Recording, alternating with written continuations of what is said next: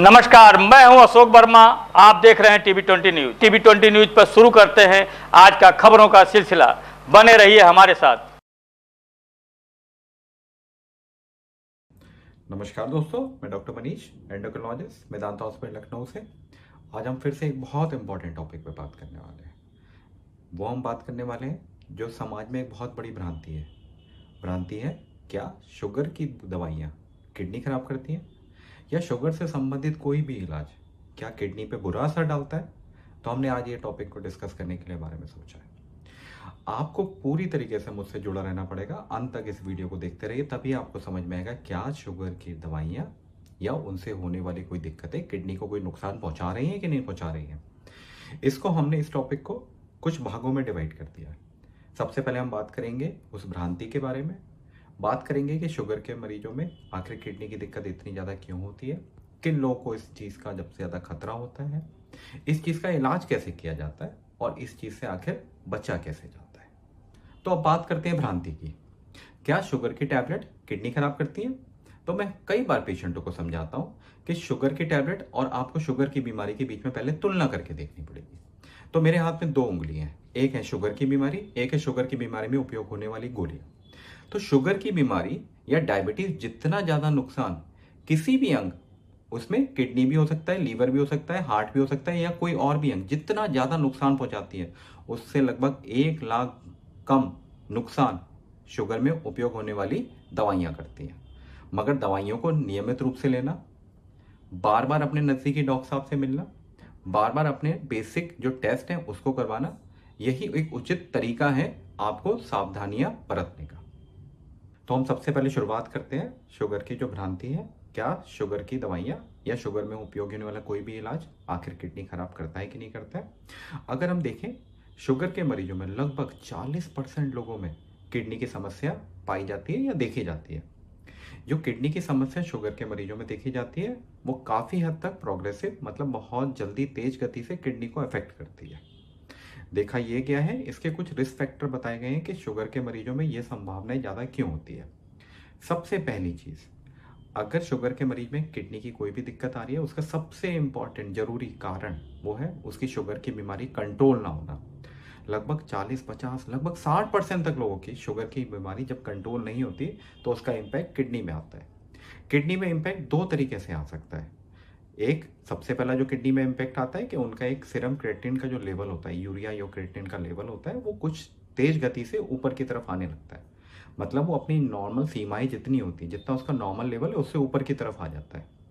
दूसरा, ये भी देखा गया है कि पेशाब के रास्ते अतिरिक्त प्रोटीन आना शुरू हो जाता है, जिसको एल्बुमिनुरिया बोलते हैं। मतलब पेशाब से प्रोटीन निकलना शुरू हो गया, मतलब कि किडनी के जो छोटी छोटी वेसल्स हैं उसको शुगर की बीमारी ने कुछ हद तक नुकसान पहुंचाया। इसमें और भी चीजें हैं जो शुगर के मरीजों में देखी जाती हैं, जिसमें किडनी में होने वाली दिक्कतें काफी हद तक बढ़ जाती है। मैंने चर्चा करी अनकंट्रोल या शुगर कंट्रोल ना होना। दूसरी सबसे इंपॉर्टेंट बात, ब्लड प्रेशर की दिक्कत। अगर शुगर के मरीजों में ब्लड प्रेशर कंट्रोल नहीं है तो इसकी संभावनाएं काफी हद तक बढ़ जाती हैं कि किडनी में होने वाली जटिलताएं या किडनी में होने वाली दिक्कतें काफी हद तक बढ़ जाएंगी। तीसरा सबसे इंपॉर्टेंट, मोटापा, ओबिसिटी। तो जिन लोगों का मोटापा ज़्यादा है, जिन लोगों का वजन उनकी लंबाई के अनुसार काफ़ी हद तक ज़्यादा है, उसमें ये चीज़ें काफ़ी हद तक ज़्यादा देखने को मिली है। चौथा, उससे भी इम्पॉर्टेंट, कोलेस्ट्रॉल कंट्रोल ना होना, मतलब डिस्लिपिडीमिया। अगर आपका ब्लड कोलेस्ट्रॉल कंट्रोल नहीं है, शुगर और ब्लड प्रेशर आपके कंट्रोल या अच्छे माध्यम पे चल रहे हैं, उसके बाद भी आपको कोलेस्ट्रॉल का या लिपिड का इलाज लेना अति आवश्यक है। अगर आप इस चीज़ का इलाज नहीं लेंगे तो होने वाली दिक्कतें किडनी के अंदर काफ़ी हद तक बढ़ जाएंगी। पांचवा कारण, स्मोकिंग। आपको सिगरेट को पूरी तरीके से रोकना पड़ेगा। जो लोग एक्टिव स्मोकर्स हैं, जिन लोगों को शुगर की बीमारी है, उनमें देखा यह गया है कि उनमें होने वाली किडनी की दिक्कतें काफ़ी हद तक बढ़ जाती हैं अगर वो एक्टिव स्मोकिंग करते ही रहते हैं। तो सबसे इंपॉर्टेंट, स्मोकिंग आपको बंद करना पड़ेगा। उसके ऊपर सबसे इंपॉर्टेंट, शुगर की मेडिकेशन, जो भ्रांतियां हमारे समाज में फैली हुई हैं, क्या वो उस चीज़ को बढ़ा रही हैं कि नहीं बढ़ा रही हैं। देखा यह गया है कि आजकल मॉडर्न ज़माने में जितनी मॉडर्न मेडिकेशन हम लोग के पास उपलब्ध हैं, उनमें से कुछ मेडिकेशन ऐसी हैं जो किडनी की समस्याओं को काफ़ी हद तक कम कर देती हैं। भ्रांति है कि किडनी खराब करती हैं, मगर मॉडर्न मेडिकेशन में कुछ इस तरह के कंपाउंड्स हैं जैसे कि GLP-1, SGLT2, ये एक ऐसे दो कंपाउंड, एक ऐसी क्लासेस है जो किडनी में होने वाली दिक्कतों को काफ़ी हद तक कम कर देते हैं। चाहे वो आपका सीरम क्रिएटिनिन बढ़ रहा हो, चाहे वो आपका पेशाब में प्रोटीन आ रहा हो।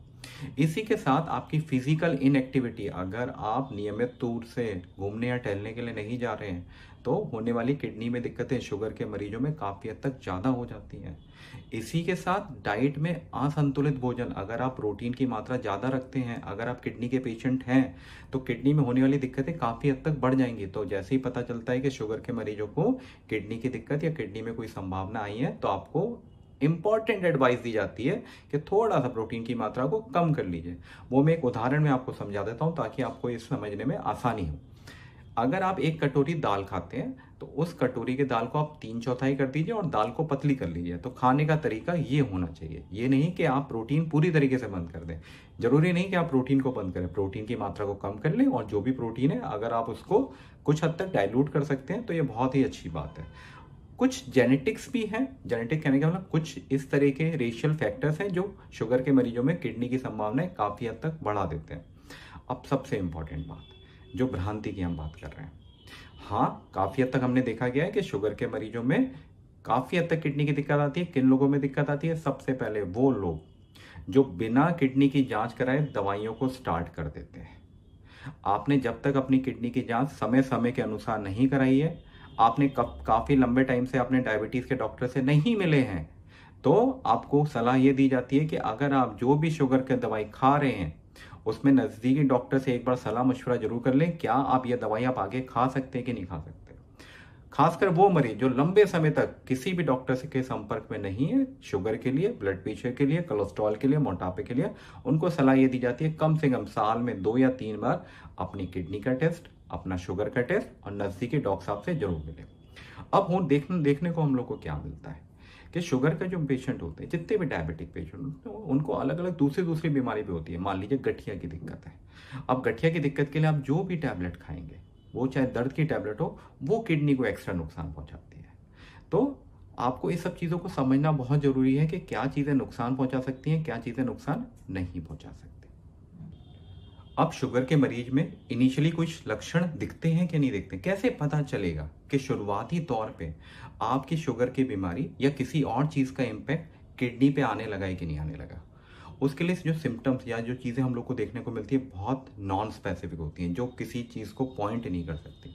सबसे पहले पेशेंट जो हमको कंप्लेन करता है कि अतिरिक्त शरीर में थकावट या कमजोरी लग रही है, उसकी भूख पहले से काफ़ी कम हो चुकी है, उसको मुंह में स्वाद आना बंद हो गया, पैरों में खासकर जैसे ही वो सुबह सो के उठता है तो चेहरे पे उसे एक अलग से सूजन देखने को मिलती है, चलने में कई बार सांस फूलने लगती है। कई बार ये भी देखने को मिलता है कि पेशेंट काफ़ी बार उल्टी करते हैं या पेट में दर्द महसूस होना शुरू हो जाता है। और भी बहुत सारी दिक्कतें, जटिलताएं काफ़ी हद तक देखने को मिलती है। एक इंपॉर्टेंट वार्निंग साइन जिसको हम बोलते हैं, कई बार शुगर के पेशेंट हमें आके बोलते हैं कि काफ़ी दिनों से मेरा शुगर कम होता जा रहा है। अगर इस तरह की दिक्कतें आपको महसूस होती हैं तो आप जितना जल्द हो सके किसी भी नज़दीकी डॉक्टर साहब या आप जिन भी डॉक्टर को, एंडोक्रिनोलॉजिस्ट को दिखाते हैं, उनसे जितनी जल्दी हो सके तो एक बार संपर्क जरूर करें कि अगर इनिशियली कोई दिक्कत आई है उसका समाधान जितनी जल्दी करेंगे तो उसका रिवर्स होने का, उसका सही होने का चांस उतना ज़्यादा रहता है। अगर आप इसमें देर कर देंगे, सोचेंगे मैं भी थोड़ा टाइम और इंतजार करके देख लेता हूँ, बाद में दिखा दूंगा, तो हो सकता है कि होने वाली दिक्कतें आपकी बढ़ जाए। अब बात करते हैं कि आखिर इसका इलाज कैसे होना चाहिए। इलाज सबसे सिंपल है, जो मैंने आपको कारण बताए हैं, आपको सिर्फ उन कारणों का इलाज करना है। सबसे पहले अगर आपकी शुगर की दवाई, अगर आपकी शुगर की बीमारी कंट्रोल में नहीं है तो सबसे पहले उसको कंट्रोल में करने की कोशिश करें। शुगर की बीमारी को कंट्रोल करने के क्या क्या तरीके हो सकते हैं? सबसे पहले आपको अपनी जीवन शैली में बदलाव करना पड़ेगा। जीवन शैली में बदलाव सिर्फ 2 ही तरीके से करना है। नियमित रूप से कम 25 से 30 मिनट रोज घूमने या टहलने के लिए जाएं। अगर आप घूमने या टहलने नहीं जा सकते तो आपको जो अच्छा लगता है, फिजिकल एक्टिविटी जिसमें आप अपने शरीर का पसीना निकाल सकते हैं, वो आप कर सकते हैं। उदाहरण के रूप में अगर आप डांस करना चाहें, वॉक करना चाहें, टेनिस खेलना चाहें, बैडमिंटन खेलना चाहें, फुटबॉल खेलना चाहें, जो चाहें, तैरने के लिए जाना चाहें, आप वो आधे घंटे लगभग नियम अनुसार रोज करना है। संतुलित आहार का उपयोग करना है, जो आपको बताया गया है शुगर के पेशेंट को किस तरीके से खाना है। जो एक हमारा थाली का सिस्टम है कि एक थाली के अंदर 25% कार्बोहाइड्रेट होगा, 25% प्रोटीन होगा, बाकी सब आपका फाइबर रिच डाइट होगी, उसका आपको संतुलित उपयोग करके लाना है। साथ में शुगर की बीमारी अगर आपकी लाइफस्टाइल मतलब जीवन शैली के कंट्रोल करने के बाद कंट्रोल में नहीं आ रही है, अब दवाइयाँ नियमित रूप से ले रहे हैं, उसके बाद भी अगर आपकी शुगर की बीमारी कंट्रोल में नहीं आ रही है, तो आपको उचित सलाह यही दी जाती है कि अब समय आ गया है कि आप इंसुलिन स्टार्ट कर दें। तो नज़दीकी डॉक्टर साहब से जितनी जल्दी संपर्क कर पाएँ उतनी जल्दी संपर्क करें। अगर शुगर की बीमारी आपकी गोलियों पे कंट्रोल नहीं है तो इंसुलिन पे आ जाइए। इंसुलिन का देखा गया है कि कोई साइड इफेक्ट शरीर के अंदर नहीं आता है। ये ऐसी एक चीज़ है जो होने वाले दिक्कतों को कम कर देती है और आपकी जीवन की आशाओं को बढ़ा देती है। इसी के साथ अगर आप स्मोकिंग करते हैं तो उसको बंद कर दीजिए। ब्लड प्रेशर को उचित दवाइयों के माध्यम से कंट्रोल करिए। मोटापे को कम करने की कोशिश करिए।